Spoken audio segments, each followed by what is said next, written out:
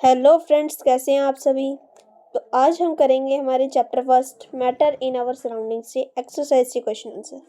तो देखो, इनको आपने बहुत अच्छे से करना है क्योंकि कई बार क्या होता है एग्जाम में इनमें से ही डायरेक्टली क्वेश्चन आपसे पूछ लिया जाता है। तो देखो, सबसे पहले हमारा क्वेश्चन आता है convert the following temperature to Celsius scale. देखो, ये क्वेश्चन आपको बहुत देखने को मिलता है, Kelvin to Celsius, Celsius to Kelvin. तो हम इसको देख लेते हैं कि आपको पहले भी बताया गया था कि अगर हमने ऐसा क्वेश्चन करना है तो उस समय क्या करना है। देखिए, केल्विन एक ऐसा यूनिट होती है टेम्परेचर की, ये आपको पता है।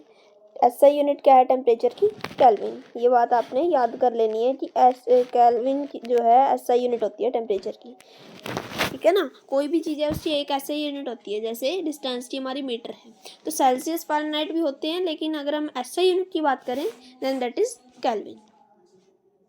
हाँ जी, इसके बाद देखिए, अगर हम 0 डिग्री सेल्सियस की बात करें तो उसमें अप्रोक्स 273.16 केल्विन होते हैं।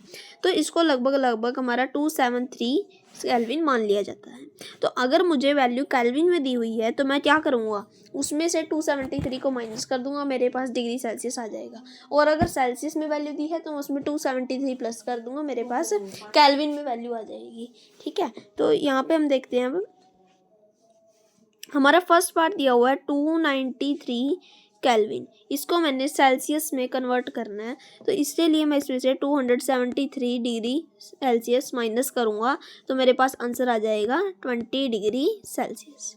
ऐसे ही अगर हम सेम सेकंड पार्ट करें तो सेकंड पार्ट में हमें दिया है 470 केल्विन। ठीक है, 470 केल्विन। तो सेम एज इट इज़ यही ऐसे ही होगा। 470 केल्विन में से 273 आप माइनस कर दीजिए, आपके पास आंसर आ जाएगा 197 डिग्री सेल्सियस। माइनस तो देखो आपका काम है करना, इजी ही है माइनस, तो मैथमेटिक्स में आपने सीखी है।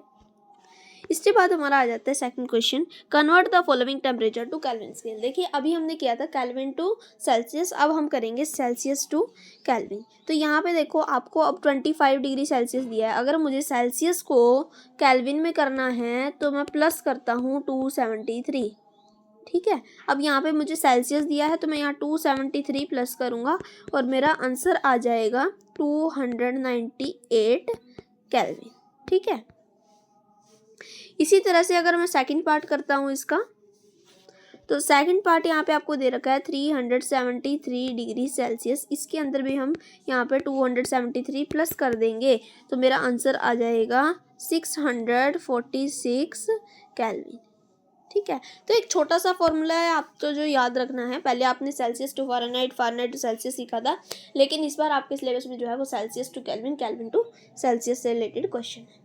अब हमारा थर्ड क्वेश्चन आ जाता है, give reason for the following observation. देखिए, रीजन बताने वाला क्वेश्चन एग्जाम में बहुत पूछा जाता है, तो यहाँ पे अब हमने रीजन बताना है। Naphthalene balls disappear with time without leaving any solid. देखो, पहले भी बताया था आपको नोट्स के टाइम पर, नेप्थलीन बॉल्स वो होती हैं जो आप घरों में अपने कपड़ों वगैरह में रखते हैं ताकि कपड़ों में कोई भी ऐसे एक कीड़े वगैरह जो है नहीं बनते और उसमें नहीं आते, स्मेल नहीं होती कपड़ों में। ठीक है, इसलिए इनको रखा जाता है। तो नेप्थलीन बॉल्स अब धीरे धीरे जो है अपनी जगह से ख़त्म हो जाती हैं, यानी कि नेप्थलीन बॉल्स क्या हो रही हैं, डायरेक्टली सॉलिड स्टेट से डायरेक्टली गैशियस स्टेट में कन्वर्ट हो रही है विदाउट गोइंग टू लिक्विड, बिना लिक्विड में कन्वर्ट हुए। ठीक है, तो यहाँ पे हमने इसी प्रोसेस को एक्सप्लेन कर देना है कि नेप्थलीन बॉल्स के अंदर सब्लिमेशन होती है, वो directly solid to gaseous state में चेंज हो जाती हैं। ठीक है, और जो चेंज ऑफ स्टेट है नेप्थलीन का, वो सॉलिड टू गैस आसानी से हो जाता है। तो नेप्थलीन बॉल्स धीरे धीरे वहाँ से ख़त्म हो जाती हैं, और अगर देखो वो कहीं लिक्विड में कन्वर्ट होंगी तो उनका निशान रहेगा वहाँ पे, लेकिन जब वो लिक्विड में गई ही नहीं तो उनका कोई भी हमें निशान वहाँ पर देखने को नहीं मिलेगा। ठीक है, इसके बाद देखिए नेक्स्ट हमारा क्या कह रहा है कि we can get the smell of perfume sitting several metres away. अगर मैं बहुत दूर में बैठा हूँ तो मेरे पास परफ्यूम की स्मेल आ जाएगी, आती है ना। अगर आपके घर में कोई परफ्यूम लगाता है तो उसकी स्मेल आपको पता लग जाती है अलग ही कि किसी ना किसी ने ज़रूर परफ्यूम लगा रखा है। तो ये कैसे पता चल जाता है हमें? तो देखिए, गैशियस पार्टिकल्स की जो है स्पीड बहुत तेज़ होती है, इनके बीच का स्पेस भी बहुत ज़्यादा होता है। आपको पता है कि गैशियस का अगर मैं डिफाइन करता हूँ तो इस तरह से होता है कि इसके पार्टिकल्स में जो स्पेस है वो बहुत ज़्यादा है। ठीक है, कितना स्पेस है यहाँ पे। ठीक है। तो जो पार्टिकल्स होते हैं परफ्यूम के वो आसानी से डिफ्यूज़ हो जाते हैं और एक बहुत जल्दी फास्ट रेट पर हर जगह फैल जाते हैं, जिससे कारण हमारे नोज़ तक पहुंचते हैं और हमें बहुत दूरी से भी परफ्यूम की स्मेल आने लगती है। हाँ जी, नेक्स्ट क्वेश्चन क्या कह रहा है कि आपको 3 चीज़ें दी हैं, वाटर दिया है, शुगर दिया है, ऑक्सीजन दिया है। इनके जो बीच में पार्टिकल्स के बीच में जो फोर्स ऑफ अट्रैक्शन है उसके अकॉर्डिंग आपने इंक्रीजिंग ऑर्डर में लगाना है, सबसे पहले सबसे कम जिसमें फोर्स होगी। तो आपको एक चीज़ क्लियरली पता है कि गैस के अंदर, अगर मैं बात करता हूँ गैस की, तो इसके अंदर मेरे जो पार्टिकल्स होते हैं उनमें फोर्स ऑफ अट्रैक्शन बहुत कम होती है, ठीक है, बहुत ज़्यादा कम होती है। अगर मैं बात करूँ हमारी लिक्विड की, तो इसके अंदर जो फोर्स ऑफ अट्रैक्शन है एज कंपैरिजन टू गैस ज़्यादा होती है, एज कंपैरिजन टू सॉलिड कम होती है। लेकिन अगर मैं बात करता हूँ हमारी सॉलिड स्टेट की, हाँ जी, यहाँ पे बात कर लेते हैं हम सॉलिड की, तो इनके बीच का जो फोर्स ऑफ अट्रैक्शन होता है वो इतना ज़्यादा होता है कि ये इतने टाइटली बाउंड होते हैं, इनमें कोई जगह नहीं ले सकती और इनके बीच का जो तोड़ना भी इनको बहुत मुश्किल हो जाता है, ठीक है। तो यहाँ पे अगर हमने इनको इंक्रीजिंग ऑर्डर में लगाना है तो सबसे पहले हम लगा देंगे oxygen, then water and then ice cube, ठीक है, आसान था। तो यहाँ पे वही हमने एक्सप्लेन कर रखा है कि शुगर एक सॉलिड है, इनके बीच में सॉलिड के अंदर जो फोर्स होता है पार्टिकल्स में ज़्यादा होता है। उसके बाद हमारा जो वाटर है वो लिक्विड है, इसमें force of attraction as comparison to solid कम होता है। और गैस के अंदर जो ऑक्सीजन है उसमें सबसे कम हमारा फोर्स ऑफ अट्रैक्शन होता है पार्टिकल्स में। हाँ जी, तो नेक्स्ट क्वेश्चन आता है what is the physical state of water at 25 degree Celsius. ये कह रहा है कि हमारा वाटर है, अब वाटर अलग अलग फॉर्म्स में होगा अलग अलग टेम्परेचर पर। तो यहाँ पे हमें 3 चीज़ें दे दी कि वो 25 डिग्री सेल्सियस पर कैसा होगा, 0 डिग्री सेल्सियस पर कैसा होगा और 100 डिग्री सेल्सियस पर कैसा होगा। तो इसको पढ़ लेते हैं। देखिए 25 डिग्री सेल्सियस पर वाटर हमारा लिक्विड स्टेट में होता है, जो नॉर्मल वाटर है वो 25 डिग्री सेल्सियस के आसपास रहता है, ठीक है, ये तो क्लियर है। अब बात आती है 0 डिग्री और 100 डिग्री पे। तो देखो 0 डिग्री एक ऐसी स्टेट होती है वाटर की जब पानी वाटर से सॉलिड में बनना स्टार्ट होता है, ठीक है। तो हो सकता है कि 0 डिग्री सेल्सियस पे वाटर लिक्विड हो सकता है उस टाइम वो सॉलिड हो, क्योंकि अभी बनना शुरू हुआ है। और जब मेरी एक चीज़ में कन्वर्ट हो रही है तो टाइम वही है, क्योंकि इसको टाइम बहुत कम लग रहा है, लेकिन मुझे अभी पता नहीं है कि वो क्या है। तो यहाँ पे हो सकता है कि इस टाइम लिक्विड वाली चीज़ की बात की गई है, हो सकता है कि यहाँ पे सॉलिड वाली की बात की गई है। तो इस तरह से यहाँ पे हमारा 0 डिग्री सेल्सियस पे जो वाटर है वो लिक्विड भी हो सकता है, सॉलिड भी हो सकता है, ठीक है। उसके बाद अगर हम बात करें 100 डिग्री सेल्सियस की, तो 100 डिग्री सेल्सियस वाटर जो है लिक्विड भी हो सकता है, गैस भी, same as it is. 0 degree Celsius अगर वाटर का फ्रीजिंग पॉइंट है तो 100 डिग्री सेल्सियस वाटर का बॉइलिंग पॉइंट होता है, ठीक है। तो इस पॉइंट पर हमारा जो वाटर है वो लिक्विड भी हो सकता है एंड हमारा गैशियस भी हो सकता है, ठीक है, तो in the forms of vapour, ठीक है। तो इस तरह से हमें पता नहीं है कि वो लिक्विड होगा या गैस होगा, क्योंकि ये लेटेंट हीट ऑफ वेपराइजेशन होती है, ठीक है। अगर हम बात करें 0 degree Celsius, that is latent heat of fusion, latent heat of fusion. और अगर बात करें गर्म होने की तो लेटेंट हीट ऑफ वेपोराइजेशन। इस चीज़ को आपने याद कर लेना, लेटेंट हीट ऑफ वेपोराइजेशन होती है जब कोई चीज़ बॉयल होने स्टार्ट हो रही है, और लेटेंट हीट ऑफ फ्यूज़न जब कोई फ्रीजिंग होना स्टार्ट हो रहा है, ठीक है। हाँ जी, इसके बाद हमारा नेक्स्ट क्वेश्चन आ जाता है इसमें भी आपको रीज़न बताना है और जस्टिफाई करना है। Water at room temperature is liquid. देखो रूम टेम्परेचर पर वाटर लिक्विड होता है, इसका क्या कारण है। देखो रूम टेम्परेचर हमारा 25 डिग्री सेल्सियस के आसपास को रूम टेम्परेचर माना जाता है, और लगभग अगर हम बात करें तो 25 डिग्री सेल्सियस को ही रूम टेम्परेचर लिया जाता है।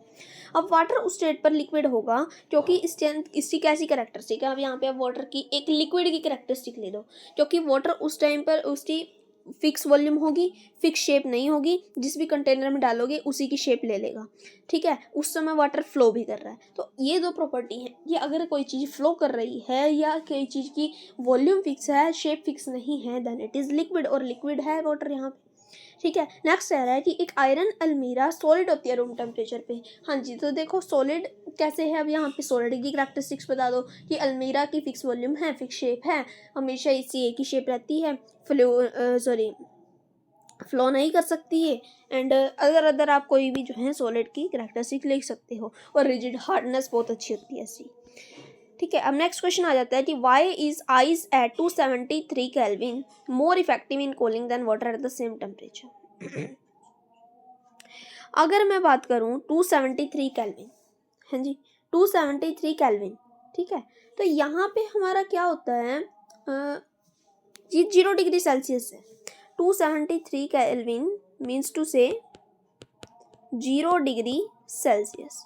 तो अब 0 डिग्री सेल्सियस पे हम पीछे बात कर चुके हैं कि हमारा वाटर दो फॉर्म्स में हो सकता है वो लिक्विड हो सकता है वो सॉलिड हो। लिक्विड में हमारा वाटर और सॉलिड में हमारी आइस, ठीक है, कुछ भी हो सकता है इनमें से। तो अब कैसे, ये कह रहा है कि अगर मैं 273 केल्विन पे ही एक आइस लूँ जो 273 केल्विन पे आइस की फॉर्म में है वो लूँ, और एक वो कह रहा है कि मैं 273 केल्विन की फॉर्म में ही वाटर को लूँ, ठीक है, तो यहाँ पे हमारा जो आइस है वो वाटर से कंपैरिजन में ज़्यादा इफेक्टिव होगा कूलिंग में। ऐसा क्यों है, देखिए अगर मैं बात करता हूँ 273 केल्विन आइस की, तो उसकी जो एनर्जी है वो लेस होती है वाटर से, ठीक है। क्यों, दोनों सेम टेम्परेचर पे हैं, लेकिन फिर भी जो एनर्जी है आइस की वो वाटर से कम होती है, ठीक है। वाटर के अंदर additional latent heat of fusion होता है, ठीक है, उस time latent heat of fusion चल रहा होता है। हेंस जो 273 केल्विन है, आइस ज़्यादा इफेक्टिव होगी वाटर से कूलिंग में, ठीक है। What produces more severe burns, boiling water और स्टीम। अब देखो यहाँ पे दो चीज़ों की बात कही गई है, फर्स्ट है बॉइलिंग वाटर, सेकंड है हमारा स्टीम। अगर मैं इन दोनों चीज़ों को लेता हूँ तो कौन ज़्यादा बर्न्स हमें देगा, तो देखिए steam has more energy than boiling water. Steam की जो एनर्जी होती है वो बॉइलिंग वाटर से ज़्यादा होती है, क्लियर है। It possesses the additional latent heat of vaporisation. अब वैसे तो बॉइलिंग वाटर में भी लेटेंट हीट ऑफ वेपोराइजेशन हो रही है, लेकिन स्टीम के अंदर ज़्यादा हो रही है, क्लियर है। देयरफॉर जो बर्न्स हैं वो स्टीम जो है ज़्यादा प्रोड्यूस करेगी, जो बॉइलिंग वाटर हमारी बर्न्स प्रोड्यूस कर रही है उससे ज़्यादा कौन प्रोड्यूस करेगी, स्टीम करेगी, क्योंकि एनर्जी किस में ज़्यादा है, स्टीम में ज़्यादा है। क्लियर है इतनी बात आपको, हाँ जी। नेक्स्ट हमारा देखिए क्वेश्चन आ रहा है, अच्छा एक डायग्राम आपको दिया गया है, यहाँ पे इनका आपने नाम बताना है। इसमें आपको ABCDEF पार्ट दिए हैं, उनका आपको नाम बताना है कि वहाँ पे क्या हो रहा है। तो देखो हम सबसे पहले ए की बात कर लेते हैं। ए पार्ट पे हम ये कह रहा है सॉलिड टू लिक्विड। जब भी हमारी कोई चीज़ सॉलिड टू लिक्विड में कन्वर्ट होती है then the process is known as melting. क्या कहते हैं हम इसको, मेल्टिंग कहते हैं, ठीक है। आप पता है ना आपको, जब आइस हमारी वाटर में कन्वर्ट हो रही है तो हम उसको कह रहे हैं ना मेल्ट हो जा रही है, तो मेल्टिंग या फिर फ्यूजन भी कह सकते हैं और लिक्विफेक्शन भी कह सकते हैं। ये तीन नाम है इसके, आप कोई भी एक नाम याद कर सकते हैं, ठीक है। इसके बाद हमारा बी पार्ट में पूछ रहा है लिक्विड टू गैस। तो लिक्विड टू गैस को हम आपको एक कॉमन सी नेम है इवेपोरेशन, या आप इसको वेपोराइजेशन भी कह सकते हैं, क्लियर है।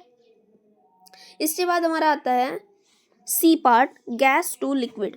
हाँ जी, गैस टू लिक्विड, जब भी आपकी गैस लिक्विड में कन्वर्ट होगी, और इसके अगर एग्जांपल की बात करें तो जब हमारी वाटर साइकिल चलती है तो जो हमारे वेपर्स ऊपर जा रहे हैं वो जाकर के वाटर में कन्वर्ट होते हैं, and the process is known as condensation, ठीक है। प्रोसेस क्या कहेंगे, कंडेंसेशन। नेम याद कर लीजिएगा अच्छे से प्रोसेस का। वैसे तो आपको ये नोट्स में इनकी डेफिनेशंस भी लिखवा रखी हैं, तो कई बार होता है एग्जाम में आपसे डेफिनेशन पूछ ली जाती है, क्वेश्चन में भी आ जाती है, MCQ टाइप भी आ जाती है, तो इनको अच्छे से करना है आपने। इसके बाद हमारा डी पार्ट है कि लिक्विड टू सॉलिड। जब भी हमारा लिक्विड सॉलिड में कन्वर्ट हो रहा है, कोई चीज़ सॉलिड बन रही है, then the process is known as solidification.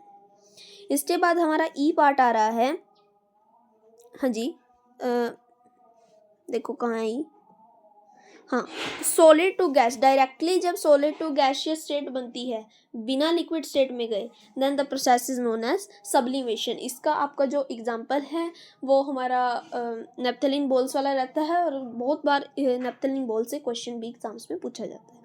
और लास्ट हमारा पार्ट एफ में पूछा गया है डायरेक्टली गैस टू सॉलिड, तो ये हमारा रहेगा डिपोजिशन, ठीक है।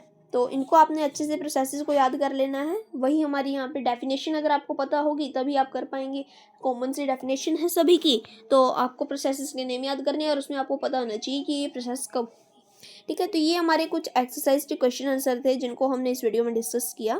तो यहाँ पे वैसे आपका चैप्टर कंप्लीट हो जाता है, लेकिन हम जब न्यू वीडियो लेकर के आएंगे उसमें इनके इम्पोर्टेंट क्वेश्चंस की बात करेंगे। तो अभी के लिए इतना ही, थैंक यू।